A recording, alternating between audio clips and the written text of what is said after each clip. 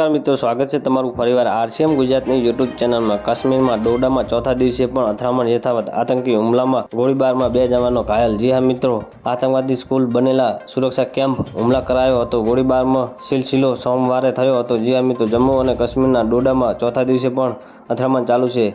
આજે ગુરુવારે વહેલી સવારે આતંકીઓ સાથે અથડામણ 2 જવાનો ઘાયલ થયા હતા। સેનાના અધિકારીઓએ જણાવ્યું હતું કે સેનાના જવાનો હજુ પણ આતંકીઓને બહાર કાઢવામાં વ્યસ્ત છે। આ અથડામણની ઘટના સોમવારે શરૂ થઈ હતી।